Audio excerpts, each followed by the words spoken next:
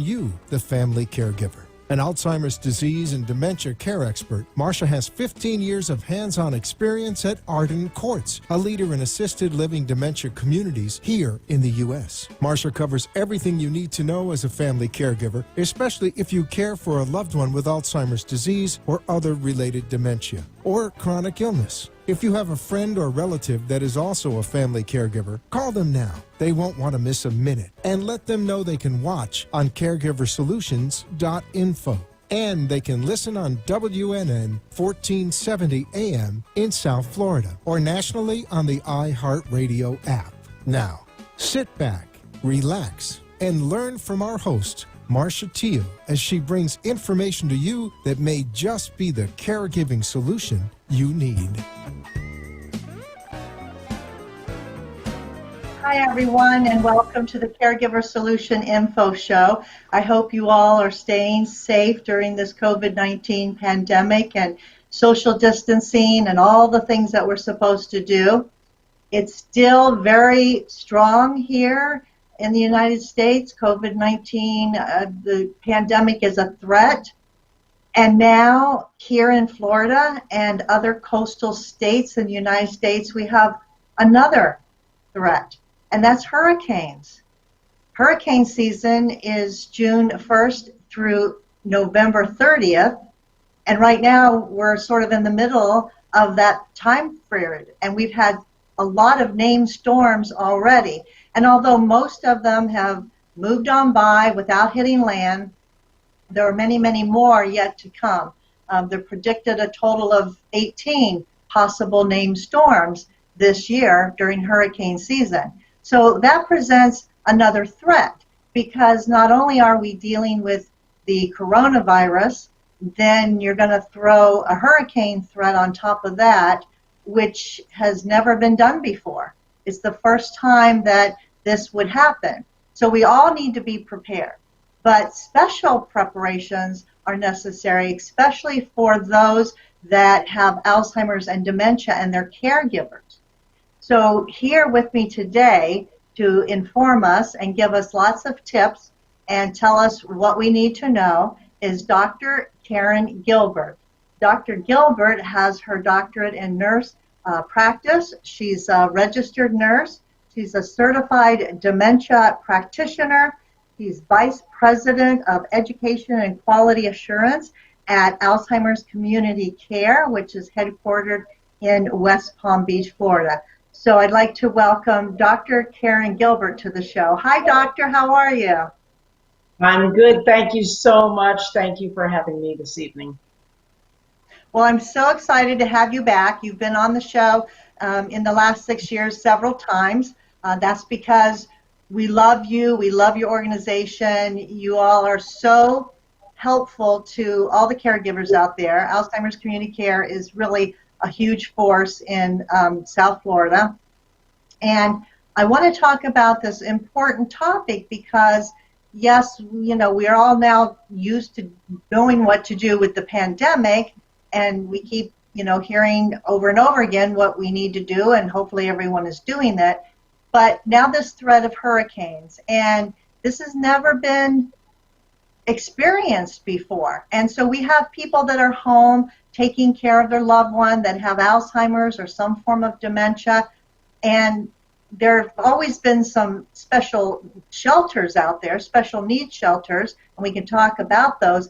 But how different now is it going to look like with the special needs shelters with the pandemic and all the new rules? What can we expect?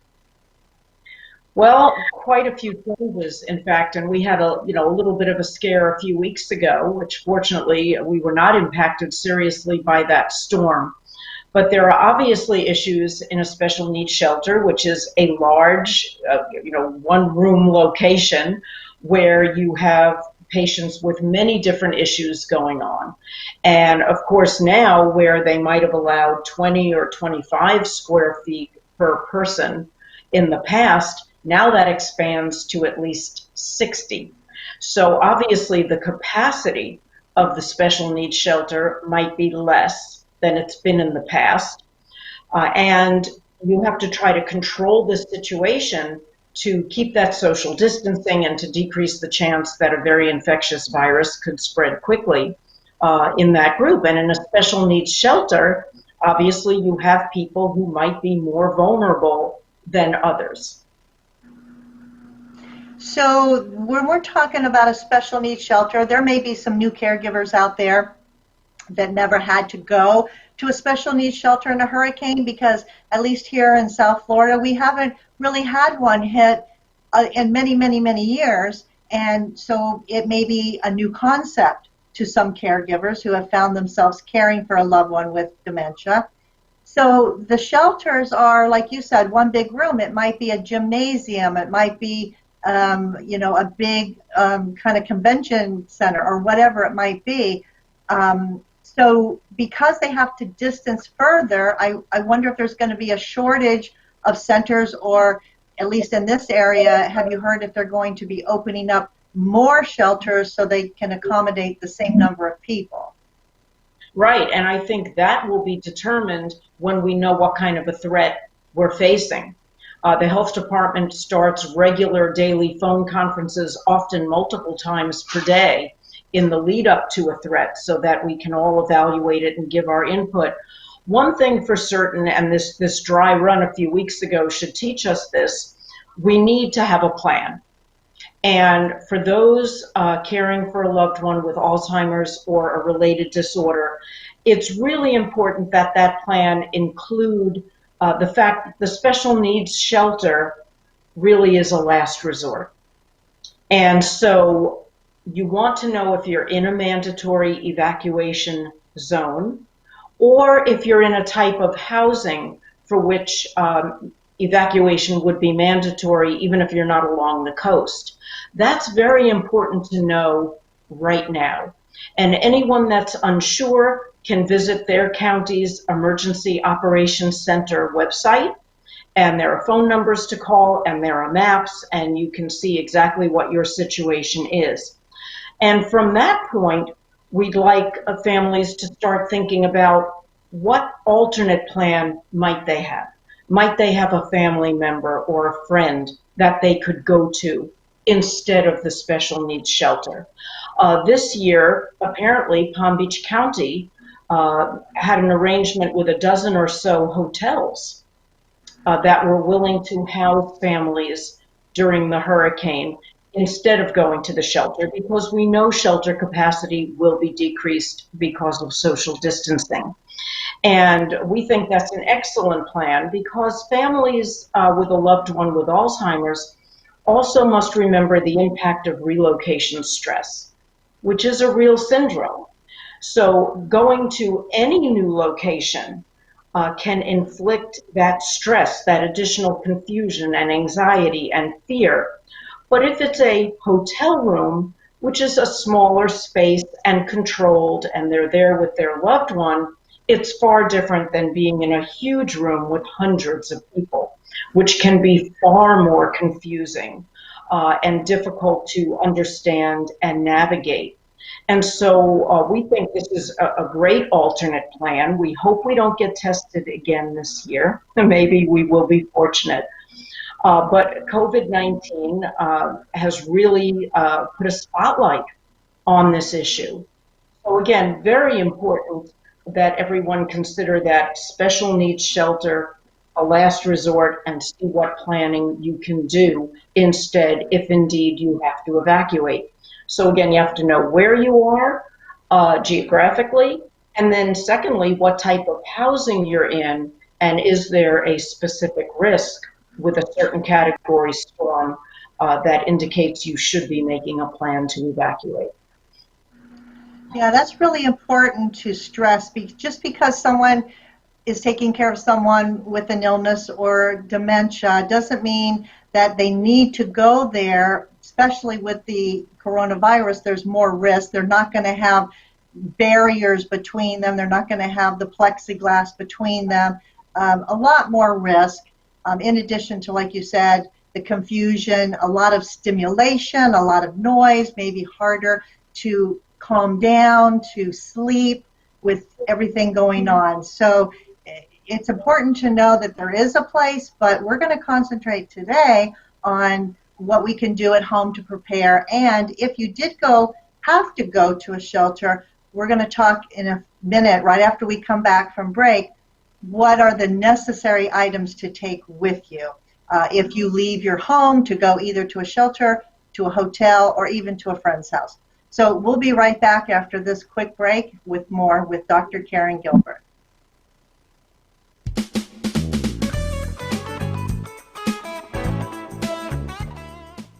Arden Courts is not just a place to live, it's a place to call home. Residential living combined with quality caregiving. This is the philosophy behind Arden Courts. Communities created exclusively for individuals with Alzheimer's disease and related dementia who would benefit from a safe and structured environment. For additional information about any of the unique services Arden Courts provides, call 888-478-2410 to locate a community nearest you. Inquire about our educational seminars, resource library, or support groups, or simply feel free to ask questions you may have about Alzheimer's and related dementias. At Arden Courts, we know, we understand, and we can help because memory care is all we do. Remember, call 888-478-2410 for additional information about any of the unique services Arden Courts provides.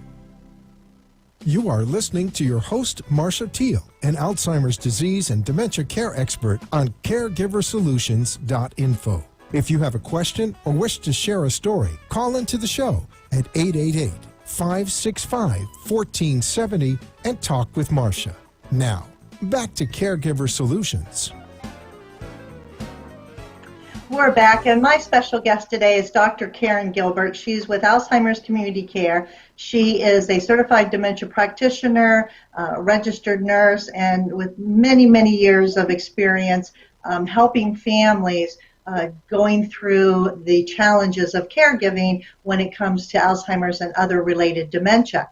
So, Dr. Gilbert, we're talking about the hurricane, the pandemic is causing more threat with those two issues together. But if someone did have to leave their home, if it wasn't safe, if they were in a flood zone or a mobile home or whatever the reason might be, and whether they go to a friend or family's house out of town, a hotel, or a special needs shelter, there are certain things that they need to take with them, not only because of the pandemic, but because they are coming with their loved one with dementia and their special needs that person is going to require. So I want to talk a little bit about that, because we can all take care of ourselves. We know what we need, but when it comes to the needs of someone we're caring for, it's a little bit different when you have to keep them safe and keep them busy in turbulent times. So what are some of the things that a caregiver should know to take with them if they did have to leave their home?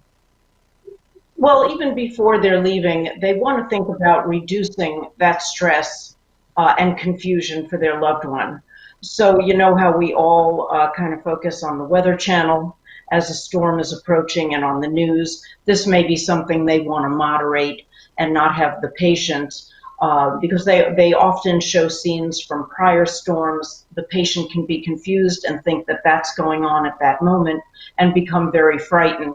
So you want to keep this kind of calm in the home as far as the news and the Weather Channel goes. And also, as you begin to prepare, things that you really can pack in advance and start to think about so that you don't have this last-minute rush where you might be more likely to forget certain things, you can involve that patient and give your loved ones some choices, giving them some opportunity for control over what's happening. They may be able to make some selections of clothing. While we suggest simplify the clothing, bring things that are comfortable and loose. These special needs shelters tend to be very cold, so you want to pack some sweaters even though it's August or September. But maybe they can choose. Wherever you can give them some ability to exert some control and some choice, that will make them feel part of the process rather than just something that's happening to them that they don't understand. Also, focus in on their skills, their interests. What types of things successfully redirect them in the home when they're bored? Are they puzzles? Are they cards? Is it an MP3 player with headphones? Is it a robotic pet? Is it a particular lap blanket that they feel comfort from? Make sure those things go with them, things that would connect home to the new location. And focusing in on those things that they enjoy and they will engage with, you want to get some of those things packed in advance as well. And again, they may be able to have some choice there. If they're on a special diet, of course, it would be critical that you have those products with you. Or if there are some things that really comfort them, certain snacks or beverages, maybe boxed, that are easy to bring.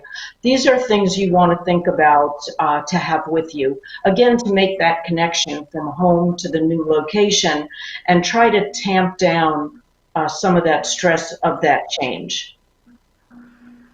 Well, those are really good ideas because you don't want to be without the blankie, as I call it, when you have like a baby that they need their blankie and it's not there to comfort them. Same thing for adults with dementia. They do have certain things that they're used to, and you change their routine and then you change a lot of things on top of that. It's going to cause them to be anxious and stressed out, which is going to make you anxious and stressed out at the same time. So those are great ideas. Palm Beach County, this county where we are in, is actually recommending taking not only your mask to the shelter because of COVID-19, but taking your own sanitation wipes and your own spray disinfectant to wipe down surfaces and soap, because I guess you don't know how long you're going to be in a place before you can return home. So, as far as the virus, to do that too. But what about other things like medication and documents? Well, I'd like to mention a few things about medications right now, particularly because of COVID-19. If prescriptions are running down, of course, you want to fill them in advance. And if you're coming up on a year since that prescription was written, you may not be able to get a refill without a visit with that physician. So again, it's wise not to wait until we're in a hurricane or approaching a hurricane watch situation. Now would be the time to call that physician or nurse practitioner, alert them that you have prescriptions coming up on a year, and how can you get those renewed so you have an adequate stock if you do have to leave for a shelter, because some of these medications are absolutely life-saving. So it's critical to take stock of that now. It's difficult to get appointments in some cases. And so, again, not something you'd want to wait for too long. It is obviously wise to bring some of your own disinfecting supplies, hand sanitizer. If you have extra masks, of course, the cloth masks have to be laundered with some frequency. But whatever you have will help. The shelters will obviously be stocked with those supplies, with gloves, with masks, with sanitizer, but certainly not a bad idea to have some of your own as well. And we always advise making sure that you know where your insurance documents are, things that would be critically important if there was anything going on medically and you have recent lab work that could come into play if something should happen at the special needs shelter. There will be physicians there. It could be important to pack those and bring those with you as well. So again, now in the quiet time when we don't have a storm threatening us, this is the time to get those things ready so that if you had to pack them, they'd be ready to go. And maybe prepare a file so that you don't have to go through this every year. You've got that to-go file that has those critical documents. Of course, as you get new ones, for instance, new medical information, new lab work, you can refresh it. But continuing to keep that ready really does decrease the stress, because we need to remember that if you're preparing to leave, you're probably preparing your home as well to withstand the storm, or you're trying to engage others who can help you to do that. There is a lot going on when we're in a hurricane watch. And so the more you can do in advance, the more secure you'll feel. And something you alluded to about routine, our loved ones with Alzheimer's or related disorder really do best when they feel the sense of routine. They feel that they know the cadence of the day and they are in control. We have to remember they've lost control over so many of the things in their life. Wherever we can give it back, even if it's as small as the flavor of the particular snack you want to pack. Get them involved in that, because again, they'll feel part of the process rather than a victim of a process that's being thrust on them. Right, right. One thing that you said, I want to emphasize the to-go file. Now, I know you've always been an advocate of the to-go file because people need to have that in emergencies, even in their own home. And one of the things that you've always said is make sure you have a current picture in that to-go file. A lot of people put it on their refrigerator in case, you know, the person wanders off. So I want to remind everybody to make sure you have a current picture to take with you, whether you're going to a shelter or a hotel, because there are more opportunities for that loved one to get lost, because they do wander and they can get lost, and you want to be able to show this is who you're looking for. Absolutely. And we staff the special needs shelter, and we actually bring a camera with instant photos. So if you don't have a photo, we will take a photo of the patient with the caregiver. We take the picture of them together, so that we know who goes together in case they get separated. So if you have one of those that's recent, great idea to pack that. And as you mentioned, that risk to walk off and become lost on foot in a huge shelter, they can become temporary lost or perhaps even get out of a door. As you may know, we have a very active program for those at risk to wander, and we provide electronic locator bracelets. We've been having this program for over 7 years. We've served over 1,000 people with these bracelets. And up until recently, we had about 80 elopements in 7 years. Every single person recovered quickly and uninjured, which is incredible. About 80. In the last couple of months, during COVID-19, we had 30. And so after having 80 in 7 years, we suddenly had 30 in just a few months. These are patients who left their home unsupervised. Again, found quickly, returned safely, uninjured, largely because of that electronic locator bracelet process. But such an incredibly large number in a short period of time, we're looking at the impact of COVID-19 on the risk to wander, because it has really stressed all of us in so many ways. Again, it dominates the news cycles. Our routines at home have changed, and we're certainly looking at what that connection may be. So my point here is your loved one, even if they haven't wandered off before, we're seeing an uptick in this, and so it's a risk we consider an if, a when rather than an if. And so it would behoove caregivers then to get the special ID bracelet anytime, but especially now during the COVID-19, hurricane threat. I mean, it's good for anything, and they can do that through your organization, right? Absolutely, and we're proud to say it is a grant-funded service.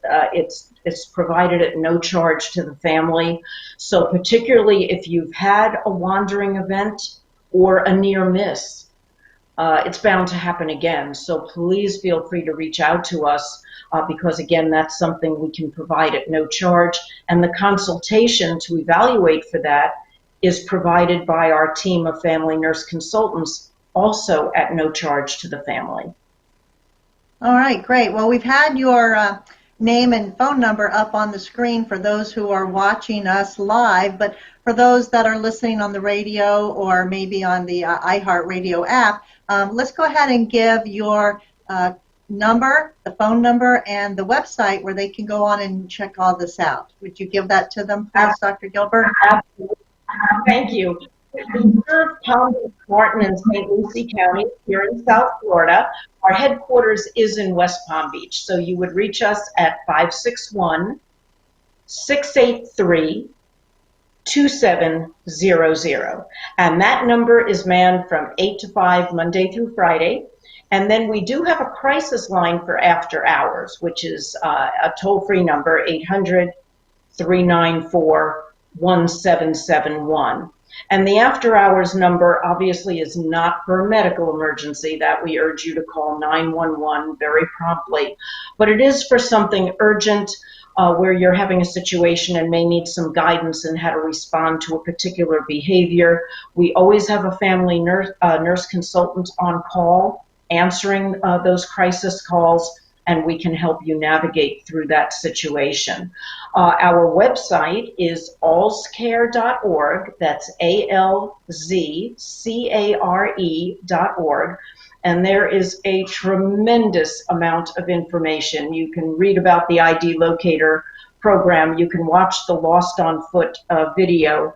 And you can also see our hurricane issue of our magazine. Which was just came out for this season. It is designed to be kept for the whole year because it has some incredible information in it about what to pack, what to consider, and so on. So please do take advantage of that. It's available to read on the website anytime, and we're thrilled to provide that. As you see in the cover of the magazine, actually is showing one of our nurses taking the temperature of a patient arriving for daycare. So if I may, Marcia, for just a moment, I want to mention that we have 11 specialized day centers, 8 in Palm Beach County, 1 in Martin, 2 in St. Lucie, and within the next year we'll have a 3rd in St. Lucie. And we are recognized as an essential service by the governor. So we were permitted to remain open through the pandemic. And we knew that it would be difficult and that we could encounter a COVID-19 situation. We are always very aggressive with infection control, particularly in flu season, because if our patients get the flu, they are highly vulnerable to contracting pneumonia and becoming critically ill. So we already have those mechanisms in place. So when COVID-19 came along, we had to only step up a little bit to increase the distancing to a 6-foot distance, to take temperatures every morning of staff and patients. We sent a tremendous amount of education home to the caregivers, everything that was published by the Centers for Disease Control and Prevention, the CDC. And we had everybody on board with what we were doing to protect our patients. And our staff, of course. And for the first 5 months of this pandemic, we didn't have one case. Not in our day center, not in our staff. There have been a couple since, but only a few and in different day centers. Never more than one in a day center. And several of them were not even attending at the time. Their caregivers were keeping them home. So we're really proud to say we've done very well to control that environment in the day center. We did decrease the traffic coming in. We decreased our music therapists. Music therapy was now done on our smart TVs instead of live, and we discontinued our nursing student rotations. But that was a way, again, to keep that environment controlled and safe, decreasing the number of people coming and going. So as we ramped up to this potential hurricane threat a few weeks ago, we call all of our families. We make sure they've got that plan in place, and our family nurse consultants help them if they have some missing pieces. And then after the event, even though we were really so fortunate to have little to no impact, we call them again and ask them, how did it go? Was there anything you wish you had planned for that we could help you with next time? Any needs you now have as a result of that experience? So we really urge our families to approach hurricane season very, very diligently and to reach out for us for anything we can do to help them with that plan.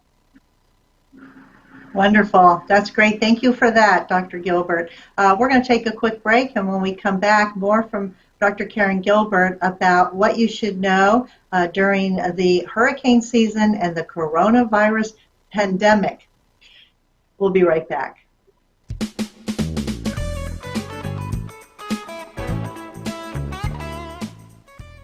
Arden Courts is not just a place to live, it's a place to call home. Residential living combined with quality caregiving. This is the philosophy behind Arden Courts. Communities created exclusively for individuals with Alzheimer's disease and related dementia who would benefit from a safe and structured environment.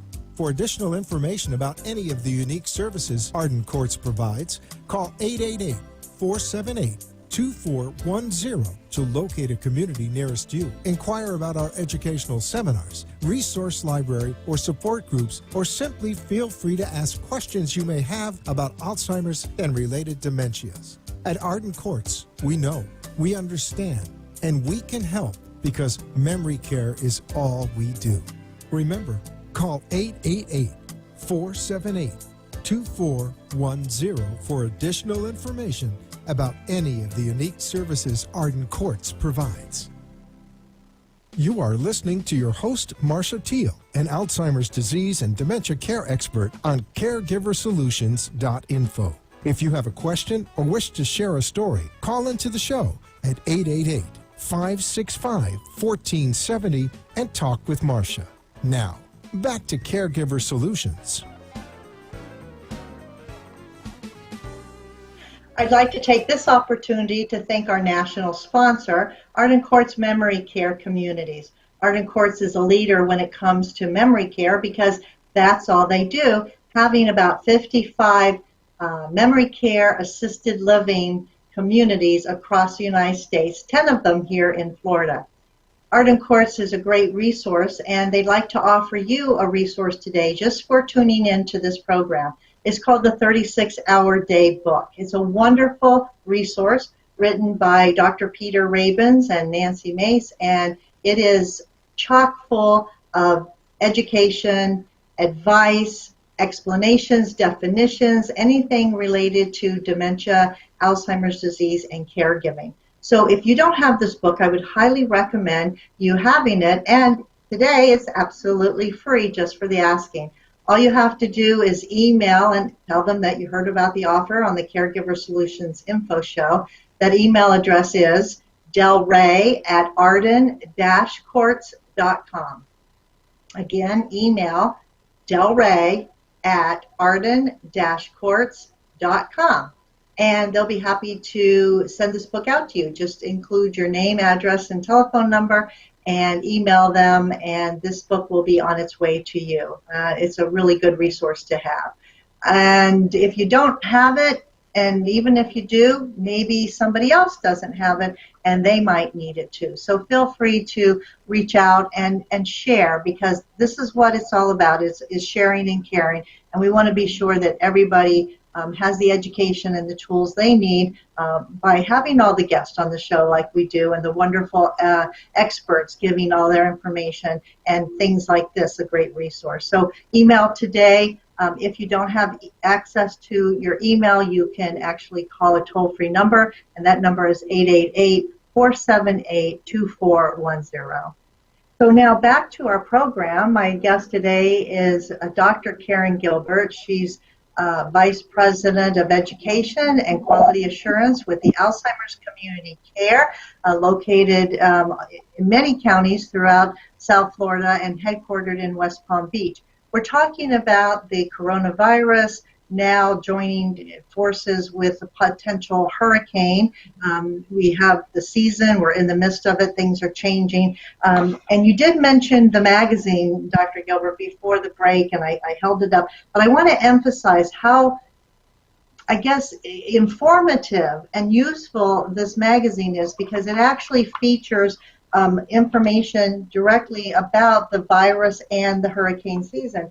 And if someone can get the magazine, or they can go on your website, which is alzcare.org, and download this magazine and read it, it actually has wonderful charts on here that you can check off what you need to take with you to a shelter if you go, special things that a person with dementia would need in a shelter or during a hurricane Should you evacuate or stay? It has a chart that lets you know, is it better to stay or is it better to go? Family contact information, very important. What documents that you need to take with you, a list of medications that you can write down, and information on the special needs shelter, and much, much more. So again, this is a great resource too. It's absolutely free. You can get it from Alzheimer's Community Care or their website, alzcare.org. So this is something that we want everybody to avail themselves of, because it is so important to be prepared. And what have we said, Karen, all the years that we've been working together, and I've known you for about 19 years, be prepared. Caregivers need to have a plan and be prepared. I mean, more now so than ever, but always be prepared. Even if you don't have to execute that plan, at least you have one, right? Exactly. And there's something else. Thank you so much for talking about our hurricane issue. But there's the very practical, like making sure your vehicle, if electric, is fully charged, or if gas powered, the gas tank is full, securing things within the home if you're leaving, and then again, as you say, if you're staying, what's critically important.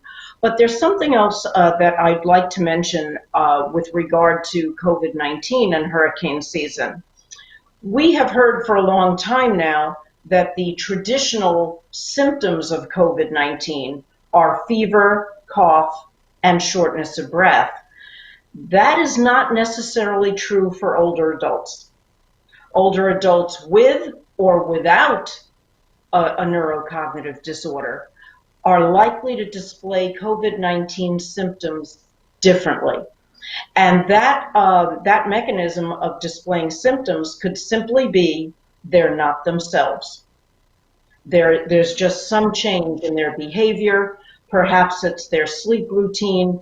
It could be their appetite, their mood. Something changes. So my point there is, if you're seeing any change in your loved one, and we do have a storm approaching, you really want to get that medical evaluation. Because if it should be COVID-19, you don't want to be in the special needs shelter. You want to be in a place where their medical needs can be addressed, because they could become emergent. So we've known for a long time in our adults that we don't wait for fever. We are guided by a change in behavior, because again, we know that our patients are happiest when they are in a routine. And they love their routines, they love their activities. When something changes, we know that something has provoked that change. And it is usually an emerging medical condition. The most frequent are urinary tract infections and general pneumonias. That's the most frequent. But now we also know that that change could be COVID-19.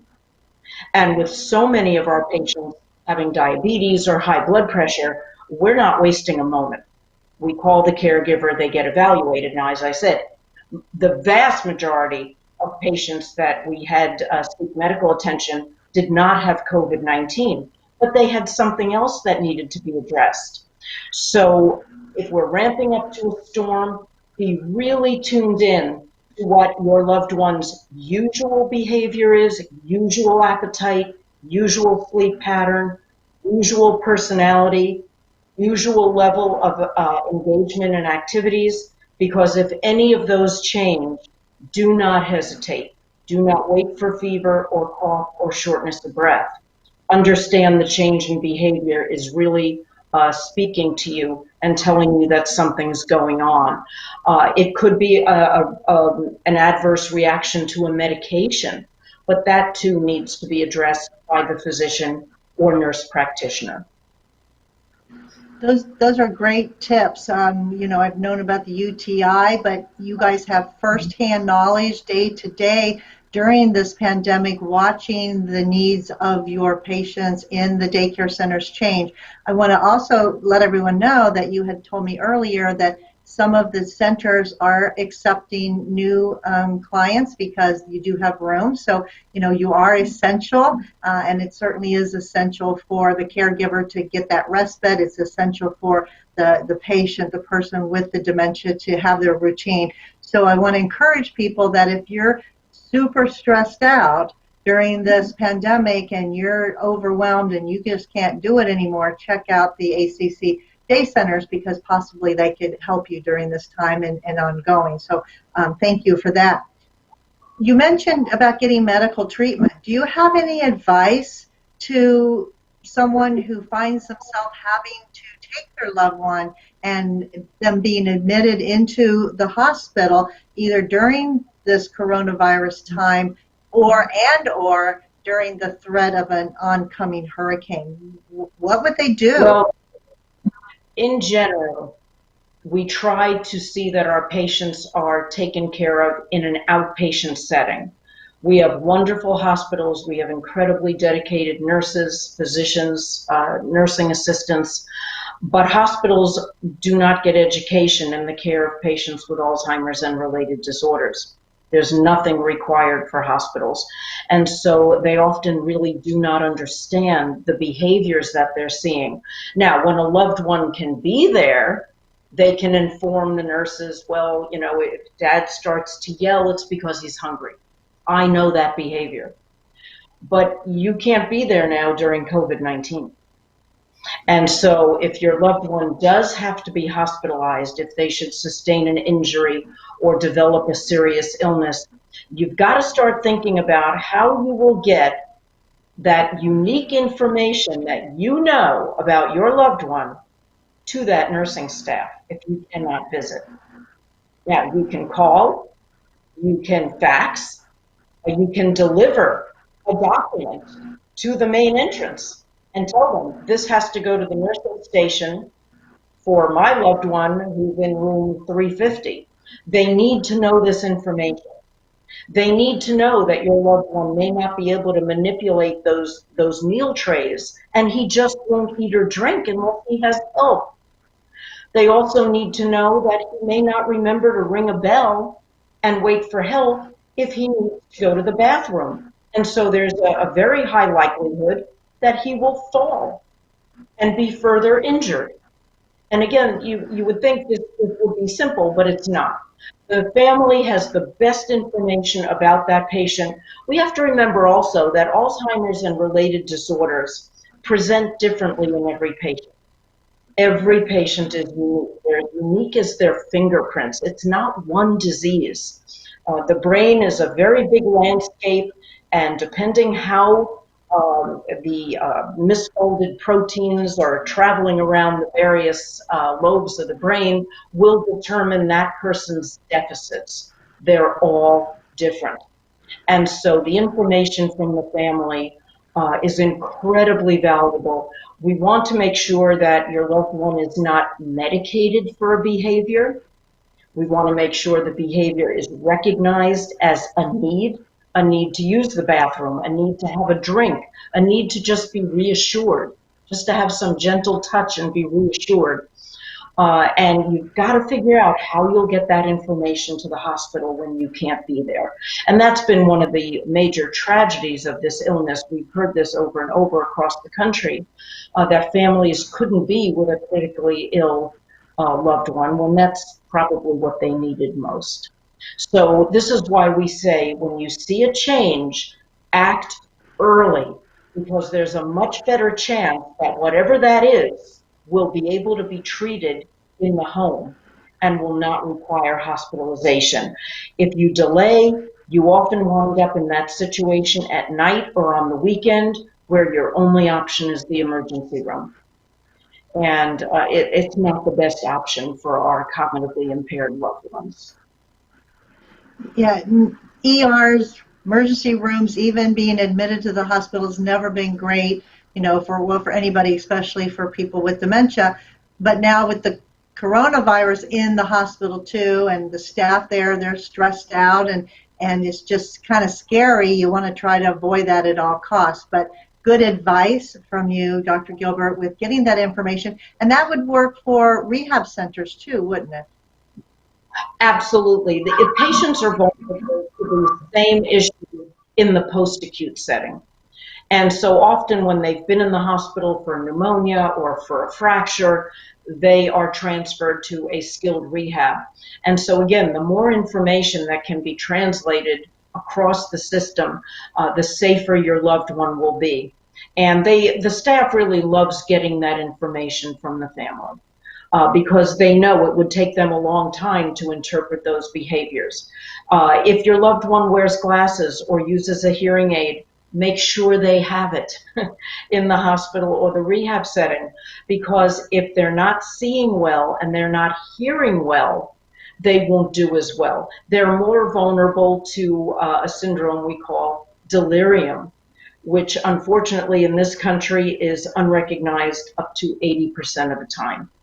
And if they experience delirium, which is just a sudden change in their behavior and their level of confusion, and it's not resolved in that hospital experience or rehab experience, it will recur.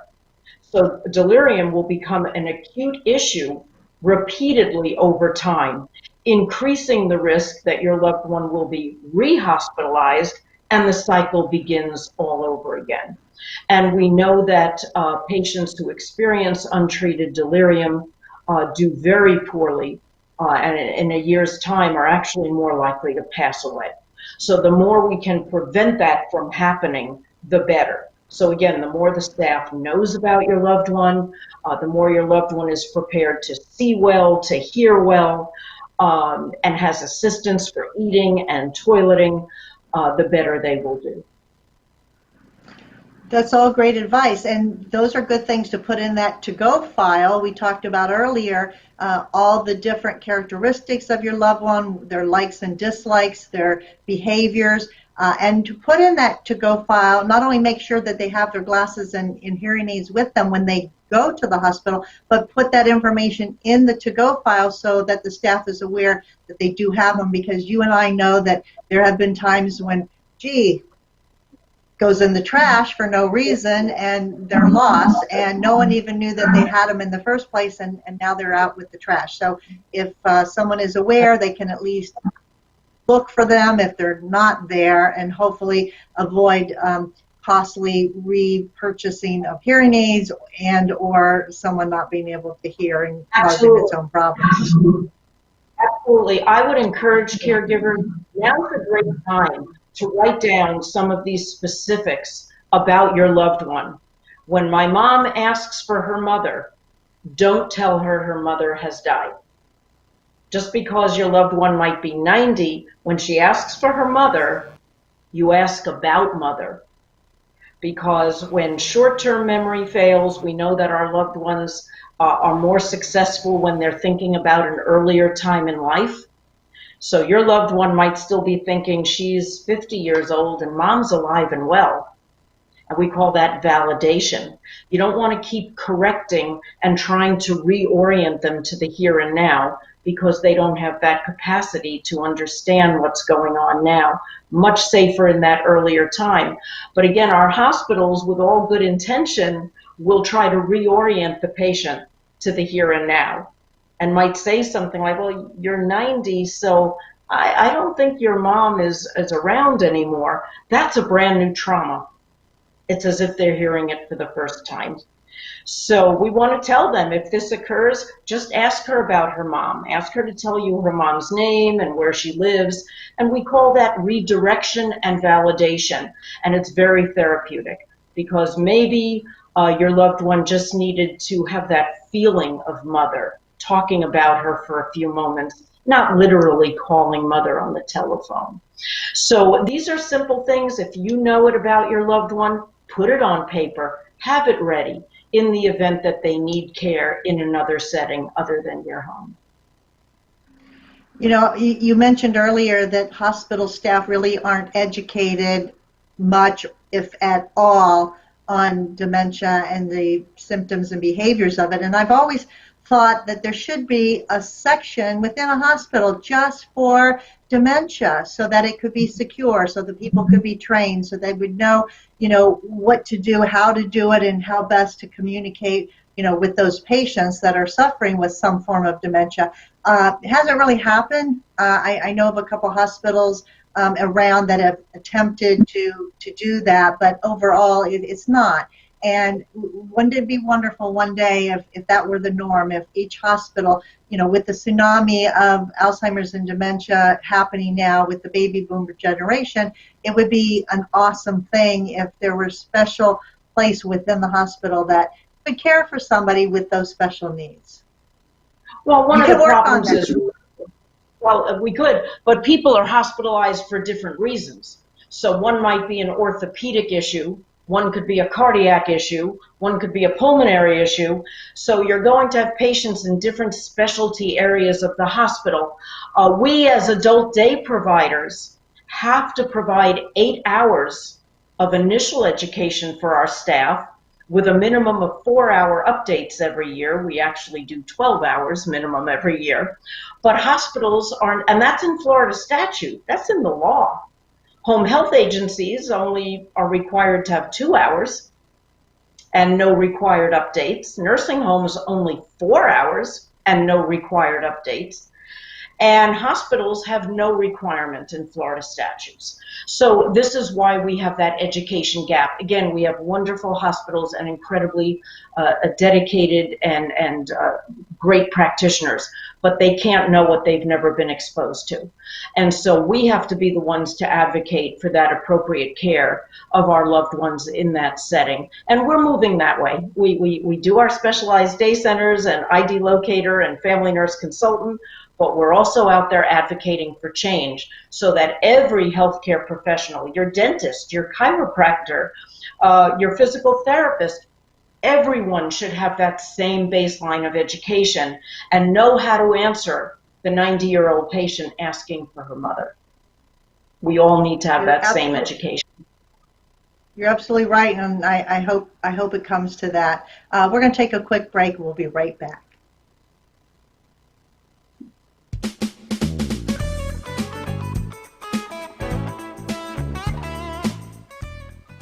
Arden Courts is not just a place to live, it's a place to call home. Residential living combined with quality caregiving. This is the philosophy behind Arden Courts. Communities created exclusively for individuals with Alzheimer's disease and related dementia who would benefit from a safe and structured environment. For additional information about any of the unique services Arden Courts provides, call 888-478-2410 to locate a community nearest you. Inquire about our educational seminars, resource library, or support groups, or simply feel free to ask questions you may have about Alzheimer's and related dementias. At Arden Courts, we know, we understand, and we can help because memory care is all we do. Remember, call 888-478-2410 for additional information about any of the unique services Arden Courts provides.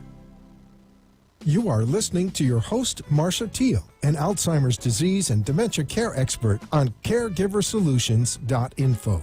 If you have a question or wish to share a story, call into the show at 888-565-1470 and talk with Marcia. Now, back to Caregiver Solutions. I've been talking to Dr. Karen Gilbert with Alzheimer's Community Care. Dr. Gilbert, thank you so much for being on the show today, sharing all your expertise, talking about the hurricane preparedness, the COVID-19 things that we need to do and know. You're a wealth of information. We love having you. I hope everyone takes advantage of everything you've had to share. I just want to recall everyone, owlcare.org for your website. Call them at 561-683-2700 for more information on anything that you heard Dr. Gilbert speak of today. I hope you stay safe and stay well, Dr. Gilbert, and thank you again for everything. Thank you. Thank you so much for having me. Appreciate it.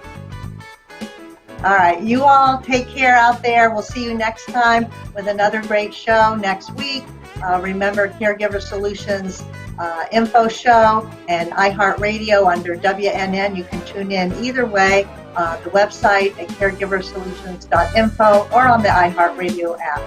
So take care, everyone. Stay well. We'll see you next time. Bye for now.